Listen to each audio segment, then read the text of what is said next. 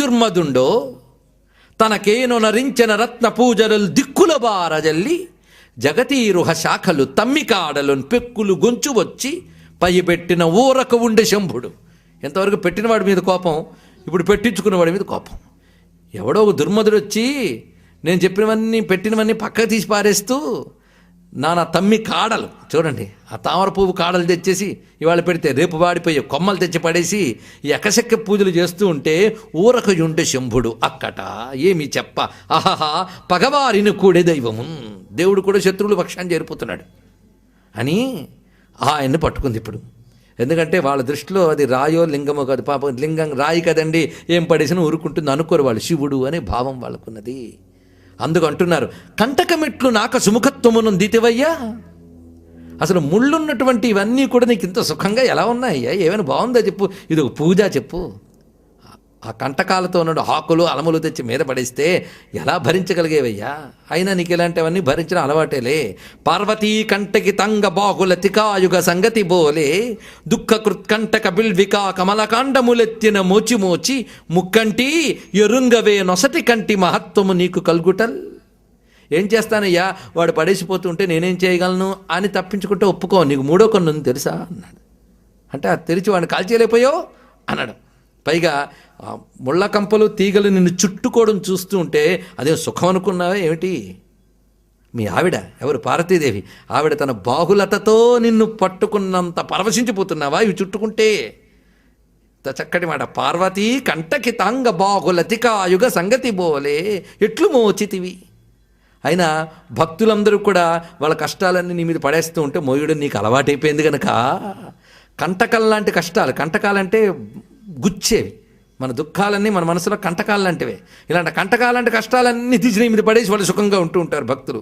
అలాగే ఈ భక్తుల యొక్క దుఃఖకృత్ కంటక బిల్వికా కమలకాండములెత్తిన మోచి మోచి, భక్తుల యొక్క ఈ దుఃఖాలు కంటకాలు అన్నీ మోసి మోసి అలవాటైపోయి ఇవి వేసినా నీకు బాధ తెలియలేదేమో.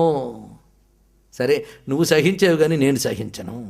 భగవంతుడు ఏదైనా అపచారం చేస్తే భగవంతుడు సహిస్తాడేమో కానీ భక్తుడు సహించడం ఈయనకు అలవాటే.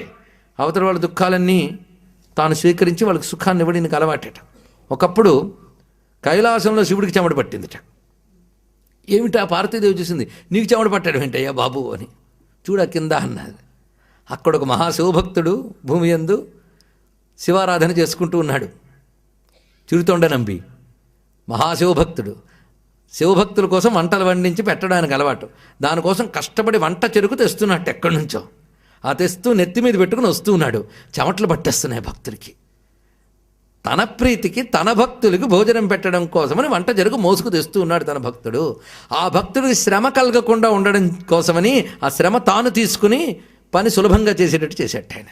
అలా కనిపెట్టుకుంటూ ఉంటాడు భక్తుల్ని. అందుకు నాకు చెమట పట్టింది అన్నాడు. అది బడాయికి షోకి చూపించాడే తప్ప అని చెమట పట్టాలా అండి అంటే భక్తులు అన్నీ నేను భరిస్తాను స్వీకరిస్తానని చెప్పడం కోసంట. అందుకు నీకు అలవాటే భక్తుల యొక్క దుఃఖ కంటకాలన్నీ మోయడం గనక ఇవి కూడా భరించేవా అనుకుని అని దుఃఖించుచు ఎట్టకేలకు దృఢంబై మనస్సు కొంచెం కుదుటపరుచుకొని ఆత్మేసు అర్చన చేయందలపోయా. కొంతసేపుడు మనసు కుదుటపరుచుకుని ఆత్మేశ్వరుడైన పరమేశ్వరునికి పూజ చేయాలని నిర్ణయించుకుని దంతికృత పూజలు త్రోచి ఆ ఏనుగు చేసిన పూజను పక్కకు తోసేసింది. ఇవన్నీ వేయడం వల్ల కొంత దుమ్ము కూడా పడింది శివుడి మీద. పైదుమ్ము బుస్సున పోనూది. ఎంత అద్భుతంగా ఆయన పెయింటింగ్ వేస్తున్నాడు, చూపిస్తున్నాడు చూడండి. ఏం కవులో మనకి. పైదుమ్ము బుస్సున పోనూది. ఒక్కసారి ఊది దుమ్మంతా తీసిందిట. అనర్ఘరత్నములు చక్షుశ్రోత్రమర్పించే. చక్కటి రత్నాల్ని చక్షుశ్రోత్రము, చక్కటి మాట వేసాడు ఇక్కడ. ఆ విధంగా ఆ సర్పము అర్చన చేసి ఆత్మనివాసంబు తదంతరాయ జనితోన్మాదంబునన్ దూరుచున్. తన ఇంటికి వెళ్ళిపోయింది పూజ చేసుకుని. కానీ మనస్సులో మాత్రం వేదన. అయ్యో నా పూజ ఇలా అయిందే, ఎన్నాళ్ళు నిర్విఘ్నంగా జరుగుతుంది, ఈ మధ్య కూడా కొత్తవాడు వచ్చి పూజ మొదలెట్టి నా పూజ అంతా పక్కకు తోసాడే అని బాధ.